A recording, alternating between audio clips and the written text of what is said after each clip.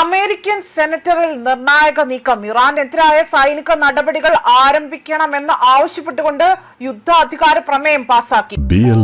കേരള, തമിഴ്നാട്, പോണ്ടിച്ചേരി. പശ്ചിമേഷ്യയിലെ സംഘർഷാവസ്ഥയ്ക്കിടയിൽ അമേരിക്കൻ രാഷ്ട്രീയത്തിൽ വലിയ ചർച്ചകൾക്ക് വഴിവെച്ചിരിക്കുകയാണ് ഈ തീരുമാനം.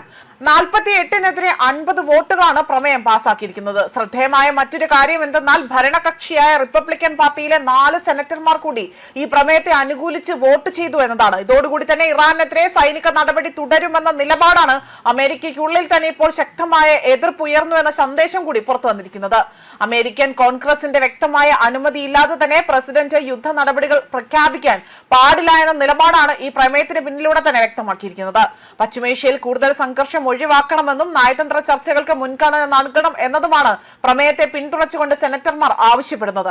ഇതിനിടെ തന്നെ ഇറാനും അമേരിക്കയും തമ്മിലുള്ള സമാധാന ചർച്ചകളിൽ ഇപ്പോഴും അനിശ്ചിതത്വം തുടരുകയാണ്. ആണവ പരിശോധനയുമായി ബന്ധപ്പെട്ട വിഷയങ്ങളിലാണ് ഇരു രാജ്യങ്ങളും തമ്മിൽ അഭിപ്രായ ഭിന്നത ശക്തമായിരിക്കുന്നത്. അന്താരാഷ്ട്ര ആണവോർജ്ജ ഏജൻസിയുടെ പരിശോധനകൾക്ക് ഇറാൻ ചില നിബന്ധനകളോടുകൂടി തന്നെ അനുമതി നൽകാൻ തയ്യാറാണ് എന്ന റിപ്പോർട്ടുകൾ പുറത്തു വന്നിട്ടുണ്ടെങ്കിൽ പോലും പരിശോധനയുടെ വ്യാപ്തിയും അത് നിയന്ത്രണങ്ങളും സംബന്ധിച്ചുകൊണ്ട് ഇപ്പോഴും വ്യക്തത വന്നിട്ടില്ല. ഒരു ഭാഗത്ത് സമാധാന ചർച്ചകൾ തുടരുമ്പോൾ മറുവശത്ത് അമേരിക്കൻ രാഷ്ട്രീയ രംഗത്ത് സൈനിക നടപടികൾക്കെതിരായ പ്രമേയം പാസ്സാക്കുന്നത് പുതിയ രാഷ്ട്രീയ സന്ദേശമായി തന്നെ വിലയിരുത്തപ്പെടുകയാണ്. ഇത് പ്രസിഡന്റ് ഡൊണാൾഡ് ട്രംപിന്റെ പശ്ചിമേഷ്യ നയത്തിനും വലിയ സമ്മർദ്ദം സൃഷ്ടിക്കുമെന്നതാണ് രാഷ്ട്രീയ നിരീക്ഷകരുടെ വിലയിരുത്തൽ. അതേസമയം ഹോർമുസ് കടലിടുക്ക്, ആഗോള എണ്ണ വിപണി, പശ്ചിമേഷ്യൻ സുരക്ഷാ സാഹചര്യം എന്നിവയെല്ലാം തന്നെ ഈ ചർച്ചയുടെ ഫലത്തെ ആശ്രയിച്ചിരിക്കുകയാണ്. സമാധാന കരാറിലേക്ക് ഇരു രാജ്യങ്ങളും എത്തുമോ അതോ പുതിയ പ്രതിസന്ധിയിലേക്കാണോ കാര്യങ്ങൾ നീങ്ങുന്നത് എന്നതാണ് ഇപ്പോൾ ലോകം ഉറ്റുനോക്കുന്നത്. അതോടൊപ്പം തന്നെ ഇറാൻ അമേരിക്ക ബന്ധത്തിൽ പുതിയ വഴിത്തിരിവുകൾ സൃഷ്ടിച്ചുകൊണ്ടായിരുന്നു സെനറ്റിന്റെ ഈ തീരുമാനം അന്താരാഷ്ട്ര രാഷ്ട്രീയത്തിൽ പോലും വലിയ പ്രത്യാഘാതങ്ങൾക്ക് ഇടയാക്കാനായി തന്നെയുള്ള കാര്യങ്ങൾ വ്യക്തമാക്കുന്നത്.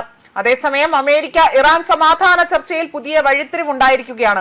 ഇറാന്റെ മിസൈൽ പദ്ധതി അമേരിക്കയുടെ ഭാഗമല്ല എന്ന ശക്തമായ മുന്നറിയിപ്പാണ് ഇറാന്റെ പ്രസിഡന്റ് മസൂദ് പെസൻഷ്കിൻ നൽകിയിരിക്കുന്നത്. തങ്ങളുടെ പ്രതിരോധ നടപടിയിൽ ഒരു തരത്തിലുമുള്ള വിട്ടുവീഴ്ചയ്ക്കും തയ്യാറല്ല. രാജ്യത്തിന്റെ മിസൈൽ പദ്ധതി അമേരിക്കയുമായി ഒപ്പുവെച്ച ധാരണാപത്രത്തിന്റെ ഭാഗമായി എന്നും ഭാവിയിൽ യാതൊരുവിധ ചർച്ചയുടെ ഭാഗം ആവില്ല എന്നും വ്യക്തമായ സന്ദേശമാണ് നൽകിയിരിക്കുന്നത്.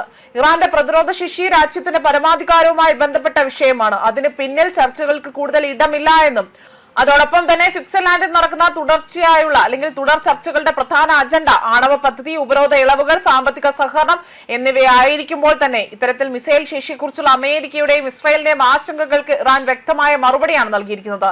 ഇറാന്റെ മിസൈൽ അതായത് മിസൈൽ ചർച്ചകൾക്കുള്ളിൽ തന്നെ അത് പ്രതിരോധത്തിനുള്ളതാണ് എന്നതാണ് ഇപ്പോൾ ഒരു നിലപാടായി തന്നെ ടെഹ്റാൻ മുന്നോട്ട് വയ്ക്കുന്നത്.